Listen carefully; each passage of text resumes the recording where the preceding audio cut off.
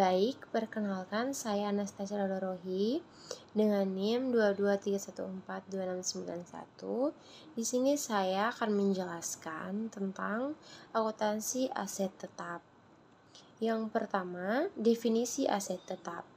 Aset tetap adalah aset berwujud yang mempunyai masa manfaat lebih dari 12 bulan untuk digunakan atau dimaksudkan untuk kegiatan pemerintah atau dimanfaatkan oleh masyarakat. Berikutnya, klasifikasi aset tetap. Aset tetap diklasifikasikan sesuai dengan jenis belanja modal dengan rincian sebagai berikut. Yang pertama tanah, kedua peralatan dan mesin, ketiga gedung dan bangunan, keempat jalan irigasi dan jaringan, kelima aset tetap lainnya, dan yang terakhir konstruksi dalam pengerjaan atau KDP. Yang berikutnya yaitu pengakuan aset tetap. Aset tetap diakui pada saat manfaat ekonomi masa depan dapat diperoleh dan nilainya dapat diukur dengan andal. Untuk diakui sebagai aset tetap harus memenuhi kriteria sebagai berikut. Yang pertama berwujud, yang kedua masa manfaat lebih dari 12 bulan, yang ketiga biaya perolehan dapat diukur secara andal, tidak dimaksudkan untuk dijual dan diperoleh atau dibangun untuk digunakan. Yang berikutnya yaitu pengakuan aset tetap berdasarkan perolehannya dapat dijabarkan sebagai berikut. Yang pertama, dari hibah, dari sitaan atau rampasan, kepemilikan tanah, tanah di luar negeri, konstruksi dalam pengerjaan. Yang berikutnya yaitu pengukuran aset tetap. Pengukuran aset tetap berdasarkan cara perolehannya dapat dijelaskan sebagai berikut. Yang pertama, biaya perolehan. Diperoleh dengan pembelian, diperoleh dengan membangun sendiri. Yang kedua, nilai wajar. Digunakan apabila tidak ada nilai perolehan atau nilai perolehan tidak dapat diidentifikasi. Perolehannya dengan cara lain, misalnya hibah. Berikutnya yaitu penyusutan aset tetap. Penyusutan adalah alokasi yang sistematis atas nilai suatu aset tetap yang dapat disusutkan selama masa manfaat aset yang bersangkutan.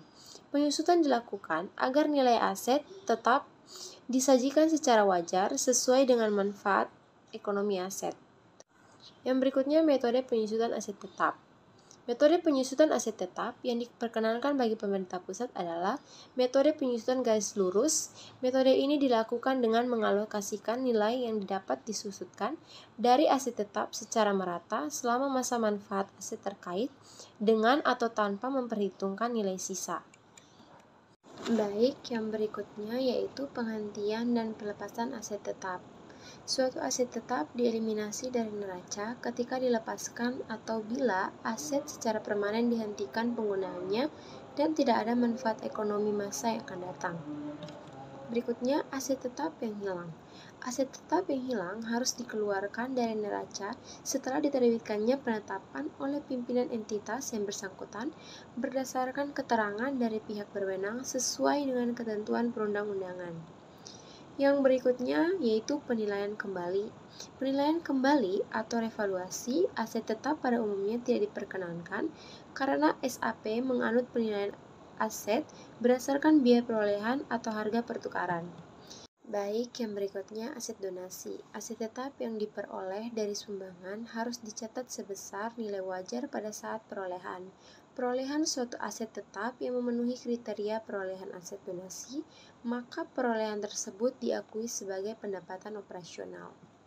Yang berikutnya yaitu penyajian dan pengungkapan. Laporan keuangan harus mengungkapkan untuk masing-masing jenis aset tetap sebagai berikut. Yang pertama, dasar penilaian yang digunakan untuk menentukan nilai tercatat. Yang kedua, rekonsiliasi jumlah tercatat pada awal dan akhir periode yang menunjukkan penambahan, pelepasan, akumulasi penyusutan perubahan nilai jika ada, mutasi aset tetap lainnya.